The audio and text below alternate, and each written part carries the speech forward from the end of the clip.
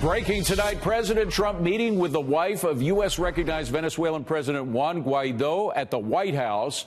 This is tensions, violence, poverty, and a 91% blackout blanket the socialist country. Trump today told Russia in no uncertain terms, back off of Venezuela. Watch. Mr. President, what sort of complications does the Russian involvement now pose? Russia has to get out. What's your next question? You just said Russia needs to get out. Have you in any way communicated that through Mr. Bolton or through your representative at the United Nations? They know very well. They know very well. Here with me now is Institute for the Study of War chairman and Fox News senior strategic analyst, retired four-star General Jack Keane. General, 5 words. Russia has to get out. I love it. The eloquence is wonderful. But what was missing was the or else. Or else what? Yeah. Well, certainly this is complicating the situation that's already tense in the political and diplomatic standoff with Maduro. And clearly, what I think is happening here is the Russians are buoyed by the successful Syrian intervention by their military to prop up the Assad regime. But what is stunning is this is the Western Hemisphere. This is South America. This is our backyard. 100 soldiers, David, does not make a military intervention. That's what we got here. But it clearly raises the stakes. The president is responding to it. I don't think the military option is on the table necessarily as a result of this, or likely.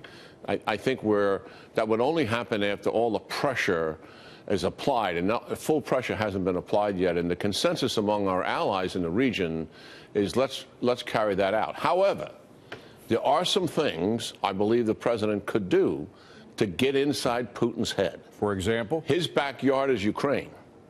Let's increase the lethal aid in Ukraine over what we have already done, and maybe a little bit more than what we intend to do. Get his attention. Secondly, Russia has never complied with the UN resolution on sanctions dealing with North Korea. They have been in violation of the very resolution that they voted for. I suspect we have evidence of it. Let's put it out there and expose them for that. Expose what they're truly doing in assisting in North Korea's in violation of the UN resolution. So those are a couple things that you can get out there. Well, you know, Ambassador John Bolton brought out kind of a scary notion. Looking at this Russian plane, he said, this is John Bolton's tweet, he said, rather than sending nuclear-capable bombers and special forces to prop up a corrupt dictator, is it conceivable that this has nukes on it, this plane? No, absolutely not. That would be so we're not to a Cuban Missile Crisis. Yeah, that would be a provocation beyond the Cuban Missile Crisis, actually. You know, Maduro has friends. Russia's one of them. They have investments there. They have a little bit of a military capability there. China, major investor.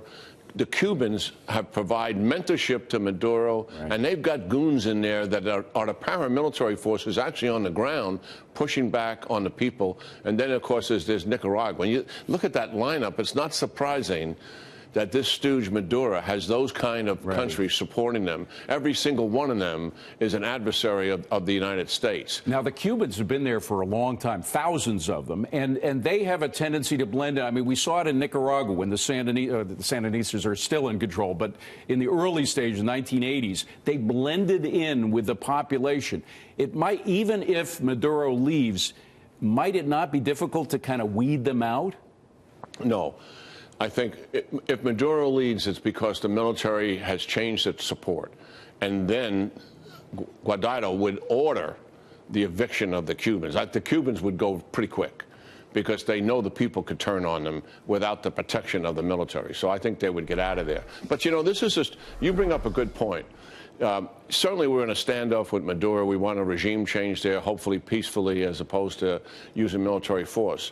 But the strategic implications of this are rather significant. And the president's team and the president himself gets it. This is really a pushback on these authoritarian regimes in the Western Hemisphere that have been so troubling to us and so detrimental to the people who were living there. For decades. I mean, since the early 1960s, we've been dealing with this. And just finally, we got to wrap it up. But I think of President Obama, and I don't mean to always pick on President Obama. He did some good things, but President Obama sitting down, watching a baseball game with Castro, giving a high five, as I remember, to Hugo Chavez, Maduro's predecessor. I mean, instead of encouraging dictatorship, you have a president that's willing to stand up to it. I mean, that's a good change, isn't it? No, absolutely. And I think this is the beginning of that kind of change. I think the other countries here that are supporting them in the region will have some impact on them in terms of weaken their hold on their own people, and also encourage the people in those countries to demand change. Absolutely. And if Maduro goes, of course, the money tree goes too. All of the oil, those pipelines get blown up.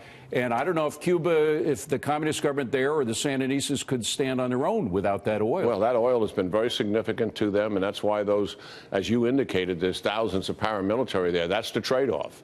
They get the oil for nothing, and they provide the goons. General Jack Keane, great to see you, General. Thank you very much. David.